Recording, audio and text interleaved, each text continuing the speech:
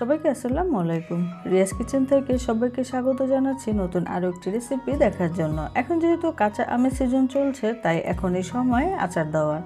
আর আজকে আমি খুবই সহজে চটজলদি কোনো প্রকার রোদে দেওয়া ঝামেলা ছাড়াই মাত্র 10 মিনিটে এরকম কাঁচা আমের ঝুরি আচার তৈরি করে দেখাবো, যেটা আপনারা অনায়াসে বছর জুড়ে সংরক্ষণ করতে পারবেন। আশা করছি ভালো লাগবে। চলে এলাম আমি পুরো রেসিপিতে। আমার ভিডিওতে লাইক, শেয়ার, কমেন্ট করতে আপনারা ভুলে যাবেন না, এবং যদি ভিডিওটি আপনারা তৈরি করতে চান সেক্ষেত্রে শেয়ার করে রেখে দিতে পারেন। এখানে আমি 1 কেজি পরিমাণে কাঁচা আম নিয়েছি, এবং আমগুলো একটু পরিপক্ক হতে হবে, তাহলে আচারটা খেতে ভালো লাগবে। এখানে আমি একটি গ্রেটার নিয়েছি, আর এই গ্রেটারটা দিয়ে আজকে এই আমের ঝুরি আচারটা তৈরি করব বা কেটে নেব। তো আমগুলোকে আমি আস্ত অবস্থায় খুব ভালো করে ডলে পরিষ্কার করে নিয়েছি, কারণ এই আমগুলো আজকে ছুলবো না, এই খোসাটা সহই আজকে এই গ্রেটার দিয়ে গ্রেট করছি। আর এই আচারটা এরকম খোসা সহই হয়ে থাকে, তো এভাবে করে আমি গ্রেট করে নিব। তবে আপনারা চাইলে বটি বা ছুরি বা অন্য যে গ্রেটার আছে সেটা দিয়েও এরকম ঝুরি করে নিতে পারেন। তো সমস্ত আমগুলোকে বা 4টা আম আমি খুব সুন্দরভাবে এরকম গ্রেট করে নিয়েছি, এবং দেখতে ভীষণ সুন্দর লাগছে।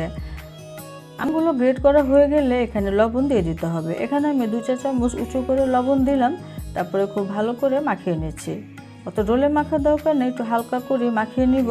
তো মাখানোর পর এটা রেস্টে রেখে দিব, এতে করে আমের ভিতরে যে পানিটা আছে সেটা বের হয়ে যাবে, সেক্ষেত্রে আচারটা তৈরি করলে ভালো হবে। আর এ ফাঁকে আমি আচারের মশলাটা রেডি করে নিচ্ছি। এখানে আমি কিছুটা শুকনো মরিচ নিয়ে নিলাম। আমি এখানে প্রায় 6 থেকে 7টির মতো শুকনো মরিচ নিয়ে নিলাম। সেই সাথে 1 চা চামচ দিয়ে দিলাম ধনিয়া, এবং 1 চা চামচ দিয়ে দিলাম জিরা। প্রথমে এগুলোকে একটু টেলে নিচ্ছি, তারপরে দিয়ে দিচ্ছি 2 চা চামচ পরিমাণে 5 ফোড়ন, এবং সেই সাথে 1.5 চা চামচ করে হলুদ এবং কালো সরিষা এখানে ব্যবহার করলাম।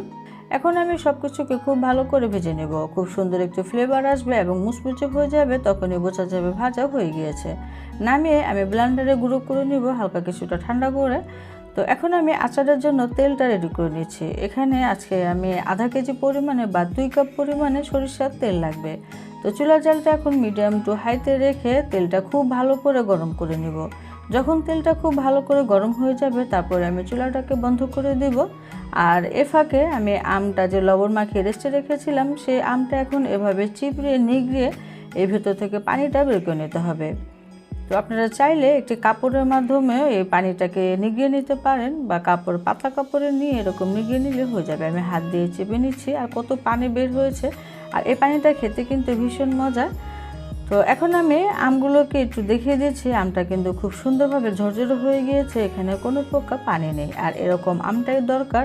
এখন এই শুকিয়ে রাখা আমের মধ্যে দিয়ে দিচ্ছি যে গুঁড়ো করে রেখেছিলাম মশলাটা, সেখান থেকে আমি 1 টেবিল চামচের মতো মশলা দিয়ে দিলাম। আর মশলাটা বেশি ফিনিশিং করার দরকার নেই, একটু আধা ভাঙা রাখলে আচারের মধ্যে খেতে ভালো লাগে। আমি মিশিয়ে এক সাইডে রেখে দিচ্ছি। এখন আমি আচারটা তৈরি করব। এখন এই গরম তেলের মধ্যে দিয়ে দিচ্ছি 1 চা চামচ পরিমাণে হলুদের গুঁড়া, এবং সেই সাথে আমি এখানে 2 চা চামচ পরিমাণে কাশ্মীরি মরিচের গুঁড়া ব্যবহার করছি। এতে করে আচারের কালারটা সুন্দর আসবে। আপনাদের কাছে না থাকলেও কোনো সমস্যা নেই। এখানে আমি 1 টেবিল চামচ পরিমাণে লাল মরিচের গুঁড়া দিয়ে দিলাম, আর দিয়ে দিচ্ছি 2 চা চামচ পরিমাণে লবণ। যেহেতু টক আচার, এখানে লবণের পরিমাণটা কিন্তু বেশি দিতে হবে। এখন আমি খুব ভালো করে নেড়েচেড়ে একটু মিশিয়ে নিচ্ছি। তো তেলের অতিরিক্ত গরম ভাবটা কিন্তু কেটে গিয়েছে, তারপরে আমি এই মশলাটা ব্যবহার করলাম। এখন আমি দিয়ে দিচ্ছি সে গুঁড়ো করে রাখা আচারের মশলা। এখান থেকে আমি 2 টেবিল চামচ পরিমাণে দিচ্ছি। তো আচারের মশলাটা আসলে আমি ধাপে ধাপে ব্যবহার করছি। এখন আবারও খুব ভালো করে নেড়েচেড়ে তেলের সাথে মশলাটুকু মিশিয়ে নিতে হবে। তো এই অবস্থায় আমি এখানে কিছু বোম্বাই মরিচ যে আছে ঝাল, সেগুলো দিয়ে দিলাম। তো আমি আস্তই দিচ্ছি যেন ফ্লেভারটা ভালো আসে, তবে আপনারা ঝালটা আরও বেশি খেতে চাইলে মরিচগুলোকে কেটেও দিয়ে দিতে পারেন। এখানে আমি একটি দেশি রসুন ব্যবহার করেছি, কোয়াটা ছাড়িয়ে দিয়ে দিলাম। এতে করে রসুনগুলো পরবর্তীতে খেতে ভীষণ মজা লাগে আচারের সাথে। এখন সেই আমকুচিগুলো দিয়ে দিলাম, তারপরে তেল মশলার সাথে খুব ভালো করে নেড়েচেড়ে মিশিয়ে দিতে হবে। আর যেহেতু তেলের আচার, এখানে তেলের পরিমাণটা অবশ্যই বেশি দিতে হবে। যখন আমরা জারে ভরবো, তখন যেন আচারের উপরে তেল থাকে। তো আচারটা যেন বছর জুড়ে ভালো থাকে, সেজন্য এখানে আমি 2 চা চামচ পরিমাণে ভিনেগার বা হোয়াইট ভিনেগার দিয়ে দিলাম। তারপরে এখন খুব ভালো করে নেড়েচেড়ে মিশিয়ে দিচ্ছি, এবং সেই সাথে সে আচারের মশলাও আরও 2 টেবিল চামচ পরিমাণে দিয়ে দিলাম।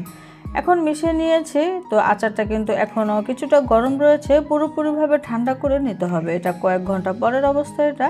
তো জারে ভরার আগে অবশ্যই আচারটা খুব ভালো করে ঠান্ডা করে তারপরে এরকম কাঁচের জারে ভরে নিতে হবে। আর কাঁচের জারটাকে খুব ভালো করে ধুয়ে তারপরে এটাকে রোদে একটু শুকিয়ে নিলে তাহলে আচারগুলো ভালো থাকবে। তো এখন আমি সে আচারটা জারে ভরে নিচ্ছি। আচারগুলো ভরার পরে দেখলাম জারটা একবারে ভরে গিয়েছে। তো আসলে এভাবে আচার রাখাটা ঠিক না। আমি আরেকটি বড় জার নিয়ে তারপরে আচারগুলোকে ঢেলে দিব, আরও কিছুটা তেলও দিয়ে দিব যেন এই আচারের উপরে তেল থাকে। তাহলে আচারটা খুব সুন্দরভাবে নরম হয়ে নিচের দিকে নেমে যাবে এবং আচারটা নষ্ট হওয়ারও কোনো ভয় থাকবে না। তো আমি বড় জারে ঢেলে নিলাম। তো এখন আমি আরও কিছুটা তেল গরম করে তারপরে এখানে দিয়ে দিলাম, মানে তেলটা যখন ঠান্ডা হয়েছে তখন দিয়ে দিচ্ছি। আর এভাবে এই পদ্ধতিতে আচারটা রাখলে কোনো দিনও নষ্ট হবে না, কারণ তেল দিয়ে আচারগুলো সুন্দরভাবে চুবানো থাকবে। তো এখন আমি আরও কিছুটা মশলা রয়ে গিয়েছিল সেটা দিয়ে দিলাম, দিয়ে বয়মের ভিতরে খুব ভালো করে একটু নেড়ে চেড়ে মিশিয়ে জারটাকে আটকে দিলাম। তো আপনারা চাইলে মাঝে মাঝে বারান্দায় বা জানালার পাশে রোদ আসলে সেখানে রেখে দিতে পারেন, এতে করে দ্রুতই নরম হয়ে যাবে।